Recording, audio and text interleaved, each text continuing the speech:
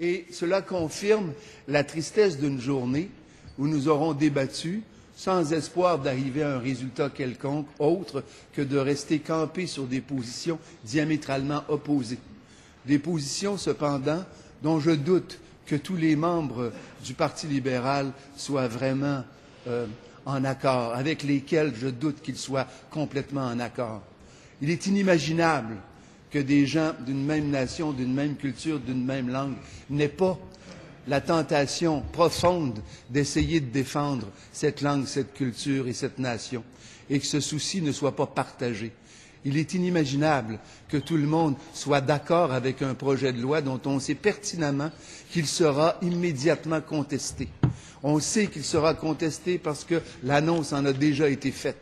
On sait donc qu'un projet de loi se dirige, et on sait aussi que cela nous prendra un minimum de 3 ans, et nous espérons qu'avant ces 3 ans, nous aurons pris le pouvoir et nous aurons pu abolir ce projet de loi et le remplacer par la loi 101, son application aux écoles non subventionnées, qui nous permettrait d'avoir encore une fois, face à la langue, une attitude ferme, une attitude claire dont tout le monde bénéficie. Et si, par malheur, il y avait des effets collatéraux dans l'application de cette loi 101, bien sûr que nous regarderions ces effets, bien sûr. Il en a toujours été ainsi. Et lorsqu'on nous reproche constamment de ne pas avoir agi ou d'avoir agi incorrectement, c'est souvent parce que ce souci d'un équilibre réel entre le pouvoir d'une Assemblée nationale et la réalité de l'application de ces lois peut faire défaut, qu'il faut avoir une attitude intelligente face à l'application des règlements et des lois. Et à cet égard, il est clair que nous gagnons à préciser dans nos lois, dans nos règlements, dans nos attitudes, dans nos politiques, dans les sommes qu'on y consacre et dans le souci et l'intelligence qu'on a de l'évaluation de la situation réelle de la langue au Québec, il est clair que nous gagnons toujours à être solidaires, mais surtout à être vigilants et à être actifs. Actuellement, ce qu'il faut déplorer, ce que nous déplorons depuis plusieurs années, c'est qu'il nous apparaît que le Parti libéral ne fait pas les efforts qu'il devrait faire pour s'assurer de la défense de la langue. J'ai tenté d'en faire la démonstration quant à l'évolution de la situation du français à Montréal. Bien sûr, on pourra arguer que j'exagère, que ce souci-là est extrême et que ce sont des inquiétudes folles. Pourtant, on a vu au cours de l'histoire maints peuples et maintes langues disparaître. Ici même au Québec, les peuples autochtones ont disparu d'abord au moment où on a cessé de parler leur langue.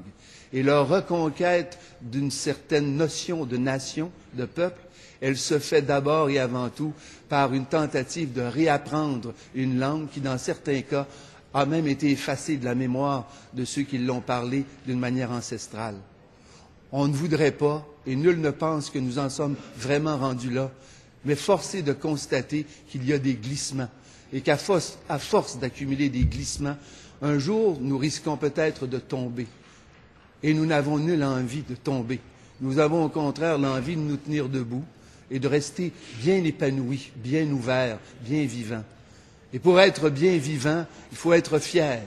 Et pour être fier, il faut être certain de ce que l'on dit, il faut être certain de sa pensée, et sa pensée s'exprime dans une langue, s'exprime dans l'architecture d'une langue, elle s'exprime par les valeurs qu'une langue véhicule.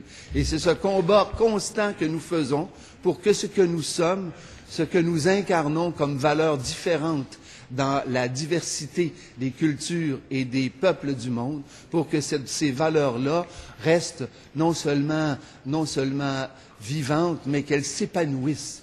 Et ce devoir d'épanouissement de gens qui partagent une langue, qui partagent une culture, qui partagent une identité, ce n'est même pas un devoir, c'est aussi fondamental que de respirer. Nous sommes au moment où il faut que la respiration soit ample, qu'elle soit généreuse et qu'elle puisse entraîner tout le monde dans un même effort collectif. Et il n'est pas si simple de vouloir mobiliser tous ceux qui nous suivent, tous les jeunes, tous ceux qui, par cynisme, par désintérêt, par méconnaissance de l'histoire, pourrait avoir tendance à oublier d'où nous venons et où nous espérons aller. C'est dans ce contexte-là que nous avons passé une nuit blanche à tenter de concilier ce qui n'est pas possible de concilier. Il est difficile de préjuger de la bonne foi ou de la mauvaise foi des gens. Il est utile de s'interroger sur les motifs qui font que des groupes de gens agissent. Il est utile de s'interroger sur les motivations profondes d'un parti. Il est nécessaire d'affirmer les croyances de ce parti-là.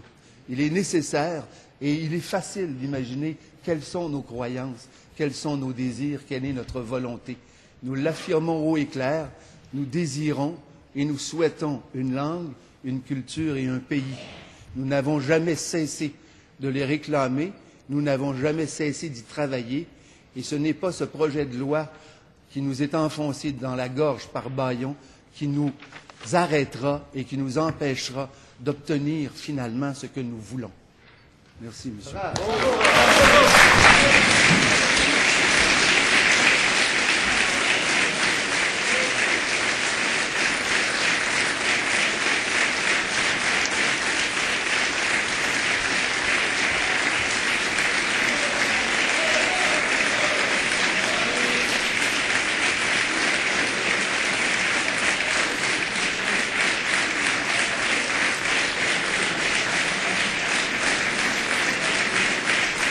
Merci, Monsieur le député Bourgeois.